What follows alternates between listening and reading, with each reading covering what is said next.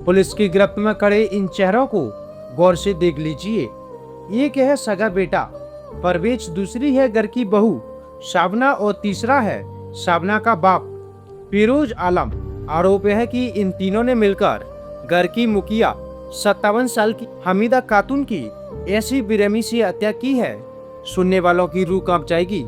हाथ पैर रस्सियों से बांधे, गला घोंटा और फिर लाश को बोरे में भरकर सड़क पर ऐसे फेंक दिया जैसे कोई कचरा हो। आखिर एक बेटा अपने ही माँ के खून का प्यासा कैसे बन गया? क्या था वो अवैध रिश्तों का जाल जिसने पूरे परिवार को जल्लाद बना दिया? चलिए जानते हैं आज के इस रोंगटे खड़े कर देने वाले केस को। नमस्कार दोस्तों, मैं आनंद आपका स्वागत करता हूँ ये कोई सच्ची कहानी में। दरअसल यह कहानी है गुजरात के सूरत के अमरोली इलाके की कोसाइड आवास कॉलोनी की। वह तारीख थी 11 मार्च 2026। सुबह का वक्त था। सूरत के अमरोली इलाके की कोसाइड आवास कॉलोनी में रोज की तरह सफाई कर्मचारी अपना काम कर रहे थे।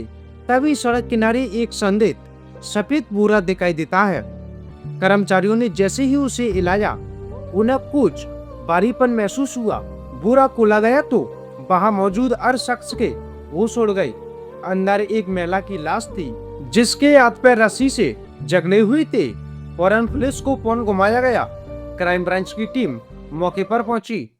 पहचान हुई तो पता चला कि यह लाश उसी कॉलोनी में रहने वाली हमीदा खातून मंसूरी की है।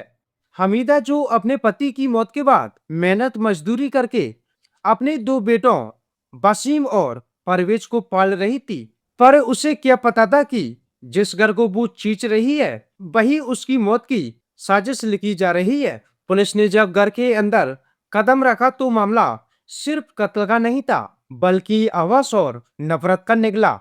जांच में पता चलता है कि हमीदा का छोटा बेटा परवेज अपनी ही सगी भाभी शाबना के साथ रिलेशनशिप में था। यह मेलजोल तब शुरू हुआ जब शाबना बिहार गई हुई थी और वहां परवेज भी पहुंच चुका था। सूरत लौटने के बाद भी यह चोरी छुपे मिलते रहे। जब मां अमीदा को इस काले सच का पता चला तो उन्होंने इसका कड़ा विरोध किया। घर में रोज महाभारत होने लगा। बात सिर्फ यही नहीं रुकी। हमीदा का शाबना के पिता फिरोज के साथ भी पुराना विवाद था। पैसों की तंगी और मां की रोक टोक ने परवेज को शाबना के मन में जहर भर दिया। उन्हें लगने लगा कि जब तक मां जिंदा है वो अपनी मर्जी की जिंदगी नहीं जी पाएंगे। दोस्तों, 10 मार्च को मौत का प्लान फाइनल हुआ। शाबना ने अपने बाप फिरोज को फोन करके उकसाया कि सास मुझे बहुत तंग करती है। फिरोज ने दामाद परवेज से बात की और परवेज ने अपनी ही मां की मौत के वारंट पर साइन कर दिया। अगले दिन सुबह जैसे ही बड़ा बेटा काम पर गया, फिरोज आलम घर पहुंचा। उसने बातों बातों में हमीदा को कमरे में बुलाया और अचानक कपड़े से उसका गला घोंट दिया। बगल में खड़ी बहू शाबना अपनी सास को तड़पता देख रही थी, पर उसका दिल नहीं पसीजा। मौत पक्की होते ही परवेज घर लौटा। तीनों ने मिलकर लाश को बोरे में ठूसा और रस्सियों से ऐसे बांधा जैसे कोई पार्सल हो। दोपहर के 12:30 बजे फिरोज उस बोरे को कंधे पर लाद कर निकला और पास के मंदिर के पास फेंकाया। कातिल ने सोचा था कि वो बच जाएगा, लेकिन कानून की नजर से बचना नामुमकिन है। पुलिस को घर की तलाशी के दौरान वही रस्सी और धागा मिल गया जिससे बुरा बांधा गया था। यही वो छोटा सा सुराग था जिसने कातलों की पोल खोल दी। सीसीटीवी फुटेज में फिरोज बुरा ले जाता साफ दिखाई दे रहा था। पुलिस ने परवेज और शाबना को सूरत से दबोच लिया, लेकिन फिरोज बिहार भागने की फिराक में था।